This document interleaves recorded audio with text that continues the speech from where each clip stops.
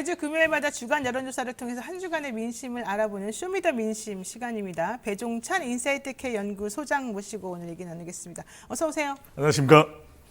아니 저희가 뉴스토마토의 네. 노영의 뉴스인사이다가 우리 되게 이렇게 클리어한 매체예요. 그럼요. 별로 뭐 어려울 게 없고 흑막에 네. 가려진 것도 없고 너무 이렇게 딱 보면 딱 나와요. 뭐가 이게 뭔지 이해도 그럼요. 쉽고. 그런데 네. 우리 제작진이나 저나 생각하는 미스터리가 하나 있어요. 네. 도대체 이해가 안 가는. 네. 배종찬 소장의 쇼미더민심은 왜 조회수가 많이 나오나? 그러니까. 도대체 알 수 없는 미스터리다. 그건 이제 왜냐면 네. 본인도 저를- 미스터리라 생각해요? 아니요. 저를 좋아하는 거죠.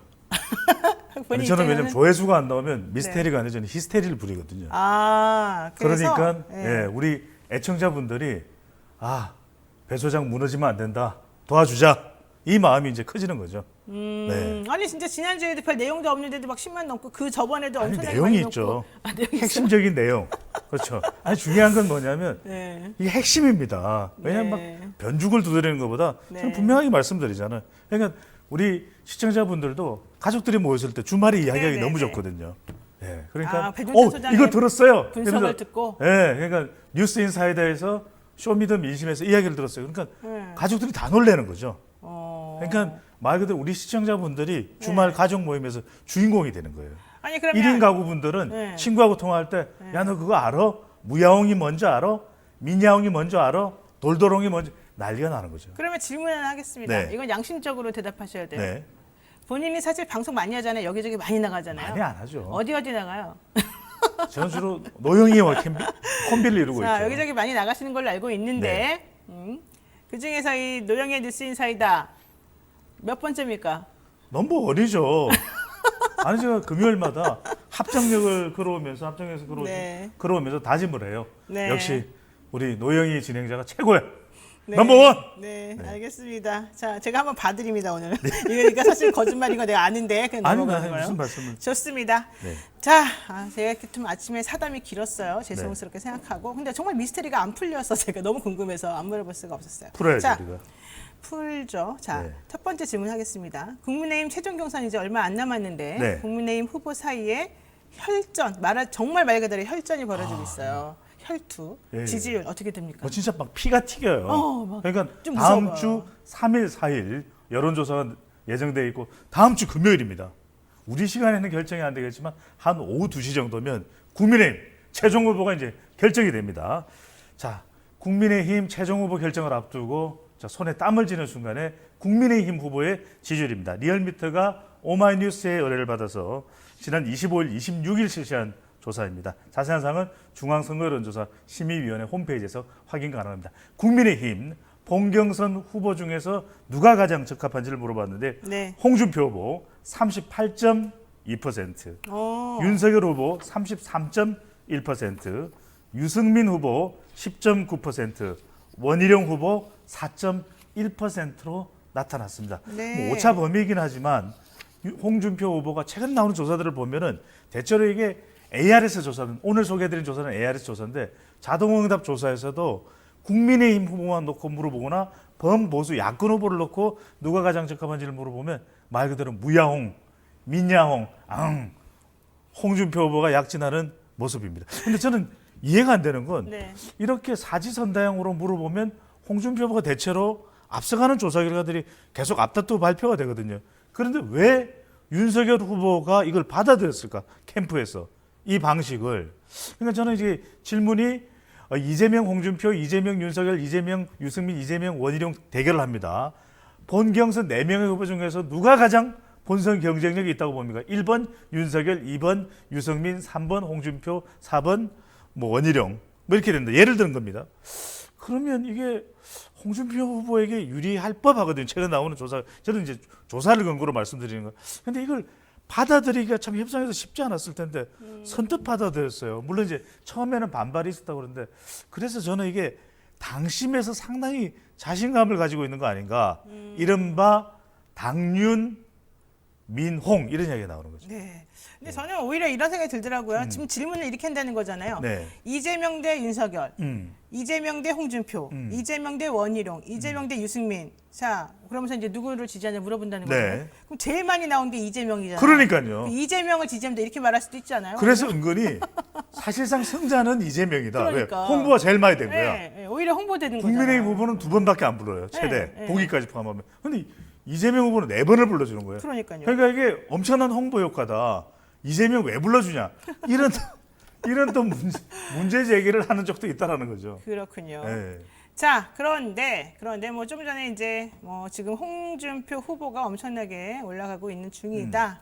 또 뭐 이런 식으로 이제 계속해서 하면서 당윤 민홍, 뭐 주윤 야홍 이런 말도 네네. 나온다 뭐 이러니까 주윤 야홍은 뭐냐면 주윤 야홍 이건 뭐냐면 낮에는 윤석열이 될 것 같다 얘기하면서 밤만 되면 속닥속닥 홍준표가 될 것 같기도 해. 말 그대로 알 수가 없는 거예요. 왜냐하면 당심이라는 게 윤석열 후보 쪽에서 사지선다인 국민 여론조사가 홍준표 후보에게 유리한데 왜 받아들였을까? 당심이 유리하다고 생각. 근데 그 당심 결과가 어디서 나왔냐는 거죠. 네. 그냥 추정할 수 있는 것은 국민의힘 지지층에서는 윤석열 후보가 대체로 지지율이 높다. 네네. 그러면 당원은 당연히 국민의힘 지지층일 테니까 그렇다면 이건 윤석열 후보에게 유리하다고 판단했을까? 또 하나는 이제 의원들이 다 몰려요. 윤석열 후보 쪽으로. 이러다 보니까 홍준표 후보는 아쉽겠죠. 서운하겠죠.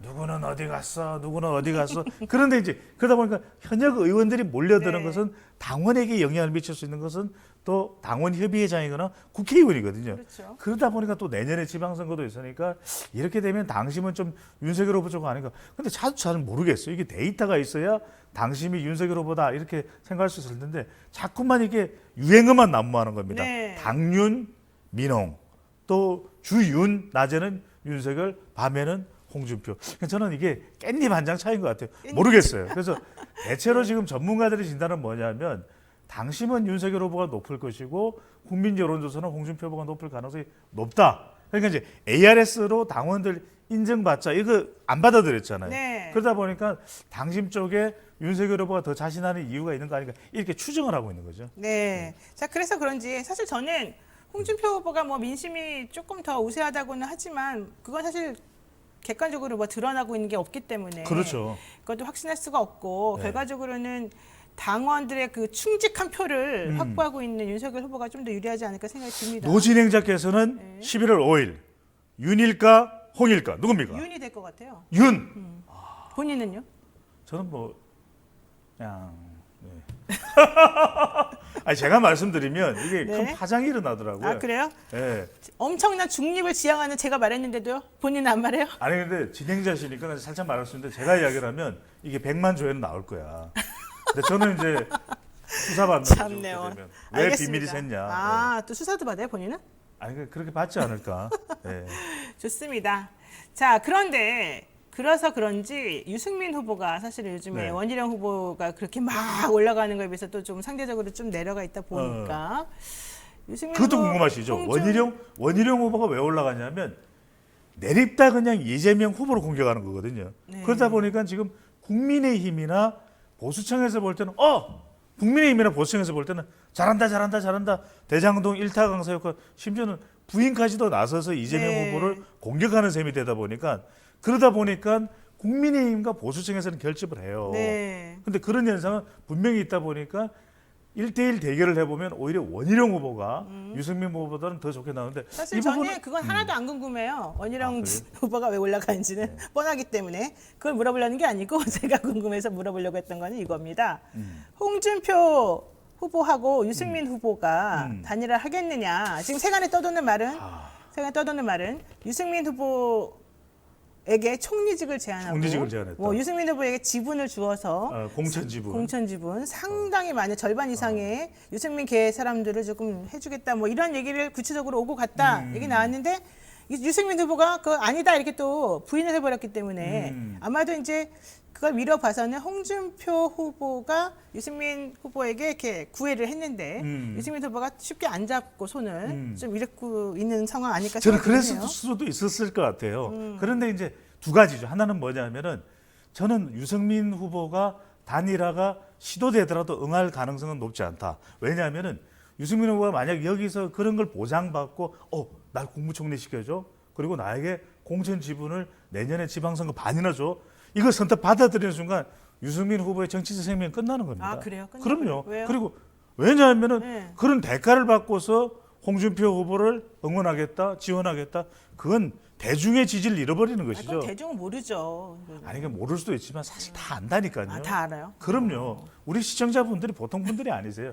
그러면은 유권자분들이 알면은 정치 생명이 끝나버릴 수도 있다라는 것. 두 번째는 뭐냐면 그럼에도 불구하고 이 이야기가 솔솔 나오는 이유는 뭐냐? 약간 정치 전략적인 접근이죠. 그러니까 홍준표 후보 캠프 쪽에 전략가가 있다면 이런 걸 흘릴 거예요. 왜? 홍준표 후보가 흘리는 것 같아요. 그렇죠. 이래야 유승민 후보의 지지층들이 그래?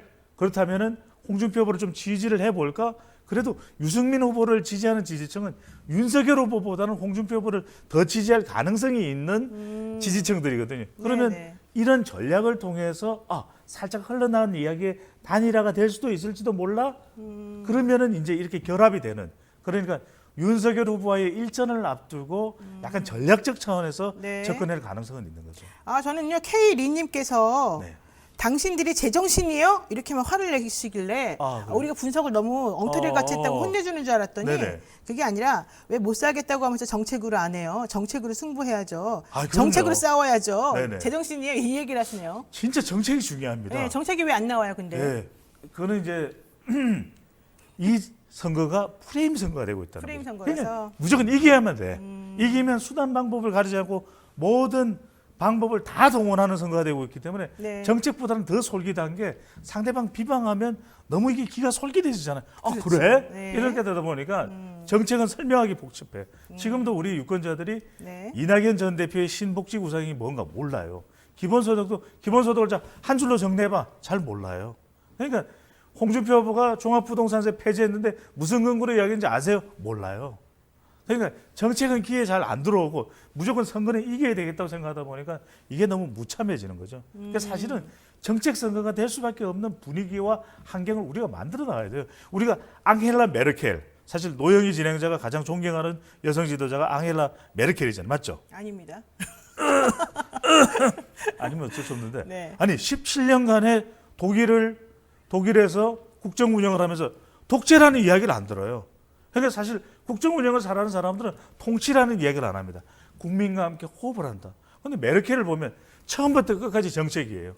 사실 나머지는 자기 맞아요. 권위가 네, 없습니다. 맞아요. 동네 마트 가서 네. 정말 뽀빠이 사들고 뽀빠이 냠냠냠 먹고 이게 일반 서민들의 모습하고 똑같거든요. 네. 바로 그런 모습을 우리 유권자 또 우리 뉴스인 사이다 시청자분들은 원하는 거죠. 그쪽으로 돌아가야 돼요. 저는 그걸 만들고 싶어요. 그래요. 제가. 네. 네. 자, 그래서 어쨌든 지금 국민의힘 이제 후보 경선이 치열하니까 이제 관심이 다 그쪽에 쏠려 있기는 합니다만은 네. 이제 상대적으로 이재명 후보는 조금 여유를 찾은 거 아니겠어요? 조금 찾았죠. 네. 그러면은 이재명 후보가 누구가 국민의힘의 대선 주자로 나왔을 때 본인에게 좀 더 편합니까? 저는 윤석열 후보가 편하다고 봐요. 아, 왜 왜요? 그렇게 분석할 수 있냐면 네. 윤석열 후보의 경우에는 일단 첫 번째는 뭐냐면 보수 후보로 본인이 자리매김을 하면서 그 중도 확장성이 위축이 됐어요. 네. 여전히 탈탈탈. 왜 아직까지도 윤석열 후보가 문재인 정부가 문제가 많아요. 추윤 갈등, 조윤 갈등 하면서 윤석열 후보가 부각된 거지. 아직도 저 사람이 대통령감이다. 와! 깜짝 놀라서 자질을 가지고 있어. 이런 평가는 아니거든요. 그럼에도 불구하고 국민의힘이나 보수층에서 지지하는 것은 그거는 또 우리가 인정을 해줘야 되겠죠. 근데 또 하나 중요한 건 뭐냐면 아직까지도 의혹. 대통령은 중요한 게 본인의 자질, 네. 그다음에 의혹이 없어야 되고 미래 비전과 능력이 있어야 되거든요. 근데 연이은 맛있습니다. 전두환 옹호 발언, 그다음에 토리 사과 파장, 사진 파장 네. 이런 것들이 계속 있다 보면 5년 동안 국정 운영이 괜찮을까? 물론 앞으로 더 나아지겠죠. 정치 초보니까. 근데 더 중요한 것은 이제는 후보가 되면 본격적으로 배우자와 함께 동행을 해야 됩니다. 근데 아직까지 배우자와 김건희 씨와 장모에 대한 걸 시원하게 털어내야 되겠죠. 그런 부분이 있어야만 윤석열 후보가 더 반듯하게 유권자 앞에 설 수 있고 지지율도 더 끌어올릴 자, 수가 있겠죠. 그런데, 그런데 네. 자 여기서 홍준표 후보가 왜 어려웠냐? 네. 쉽지가 않아요. 왜? 일단은 영남 후보인 이재명 후보가 영남 출신이잖아요. 그래도 적어도 TK와 PK에서 일정 수준의 지지율을 가져가야 됩니다. TK가 약간 전체 유권자의 10%, PK가 16에서 한 17% 되는데 여기에서 적어도 한 3, 40%를 가져가야 되는데 아직 지지율이 안 나와요. 근데 홍준표와 붙게 되면 홍준표 경남지사에 있죠. 대구의 지역구가 있죠. 만만치가 않아요. 또 하나 뭐냐? 토론인데 윤석열 후보하고 이재명 후보하고 토론한다. 토론 능력에서 중도층을 확장할 수 있거든요. MZ세대에 좋은 인상을 줄 수가 있고 견인할 수가 있죠. 또 여성 유권자에 미치는 영향, 친여성 정책, 여성 친화적인 정책 중요한데 홍준표 후보 요즘에 정말 말 잘해요. 네. 그러니까 이게 이재명 후보가 홍준표하고 맞먹게 되면 사실 토론에서 승부가 안 날 겁니다. 이러면 정권 교체 여론은 높고 홍준표 후보와 맞붙을 때 상당히 이 어려움을 이재명 후보가 겪을 수가 근데 있어요. 홍준표 후보 요즘 보면 좀 힘이 딸리는 듯한 느낌이 좀 들고 사실 그러던데요. 그게 질문에 뭐냐면, 대해서 대답을 잘 안 하시고. 그게 뭐냐면 약간 부자 몸조심. 무려 올라올 부자 대로 몸조심이요? 올라왔거든. 여기서 이제 본인은 말 실수를 안 하고 이게 거친 거친 홍 아니라 좀 더 부드러운 부홍 이런 네. 모습을 보이기 위한 것인데 네. 2017년에도 보면은 자기의 저서에 나왔던 돼지 땡땡땡 때문에 상당히 곤욕을 치렀잖아요. 네. 그러니까 이제는 좀 더 정제되어 있는 홍준표로 중도층을 좀 끌어들이겠다. 이 전략으로 봐야 자, 되겠죠. 그래서 그래서 어쨌든 이제 중요한 게 국민의힘에서 지금 11월 1, 2, 3 이 날이 참 중요할 텐데. 그렇죠. 1, 2, 3, 4. 그런데 지금 윤석열 후보가 조금 밀리니까 어제 그러니까 이제 뭐 지지율 좀 떨어진다는 보도도 나오고 그러니까 어제 문재인 정권을 가장 혼내줄 수 있는 방법은 나를 뽑는 거다. 뭐 이런 식으로 지지를 호소한 게 첫 번째가 있고, 그렇죠. 그다음에 광주에 가서 본인이 인사를 하겠다. 뭐 이런 얘기를 하면서 이제 계란 맞을 것을 일부러 유도한 듯한 발언이 좀 나왔단 말이죠. 특히 하태경 의원이 거기 합류하면서 그러면 그런 전략을 만약에 윤석열 후보가 쓰면 홍준표 후보를 물리치고 본인이 유리하게 대선 후보가 되는 겁니까? 저는 뭐 그게 결정적이다 보기는 그건 아닐까요? 지금 당심을 좀 더 결집하고 싶은 거죠. 그러다 보니까 일단 반문 정서를 자극하는 겁니다. 그러니까 봐라. 아니, 홍준표 후보는 더불어민주당 지지층의 지지도 받고 있는 사람 나는 아니지 않느냐. 그러니까 네. 당원들을 자극하는 거예요. 1번은. 두 번째는 뭐냐면 이건 정말 잘못된 거죠. 광주에 가서 계란을 맞겠다. 네. 그걸 통해서 당심은 결집될 수가 있어요. 1991년도에도 정원식 이 교육부 장관이 국무총리로 임명되면서 외대에서 밀가루 체계대를 그렇죠. 받거든요. 엄청나게. 그러면서 정말 역풍이 불고 보수 지지층들이 결집하는 현상. 그걸 노린다. 그런데 우리 국민들요. 학습 효과에 의해서 그런다고 해서 국민 여론조사의 지지율이 올라가지는 않아요. 더 내려갈 수도 있습니다. 그런데 지금 오로지 윤석열 후보가 믿고 있는 건 당심. 당당. 그러니까 오히려 당심을 어떻게 하면 자극해서 본인을 지지하게 만들까. 그래서 제가 이해가 안 되는 것이 저번에 노 진행자께도 말씀을 드렸지만 이 사지선다형 국민 여론조사는 홍준표 후보에게 유리하다라고 계속 조사 결과가 나오고 있는데 받아들인 이유는 당심을 믿고 있기 때문이거든요. 그런데 민심을 따라갈 수밖에 없는 당심이죠. 이걸 좀 차단하고 아주 자극을 해서 보수 국민의힘 지지층을 결집하겠다. 당심을 결집하겠다. 이게 정말 벼락에 서 있는 배수진 전략으로 보이죠. 그러면 본인이 생각하시기에는 효과는 있어요. 홍 후보가 돼요? 홍 후보가 돼요? 그런 거 좀 물어보시지 말고요. 제가 말씀드렸잖아요. 깻잎 한 장 차이, 머리카락 한. 제가 이거를 이야기하면요. 일파만파 커집니다. 왜? 배종찬 소장도 누구 된다 그러는데 이렇게 돼버리거든요. 아, 그래서 답을 못 하는 거예요? 그러면 저는 고발당하죠. 아. 고소당하죠. 저는. 별로 뭐 좀 설득력은 없는 말이긴 한데 어쨌든 말을 못 하겠다는 걸로 제가 그냥 정리를 하겠습니다. 네. 자, 그렇다면은 유승민 후보하고 원희룡 후보도 그냥 끝까지 가는 거고. 끝까지 가겠죠. 그러면은 끝까지 가야 예. 이 경선 이후에 본인들이 역할이 생기거든요.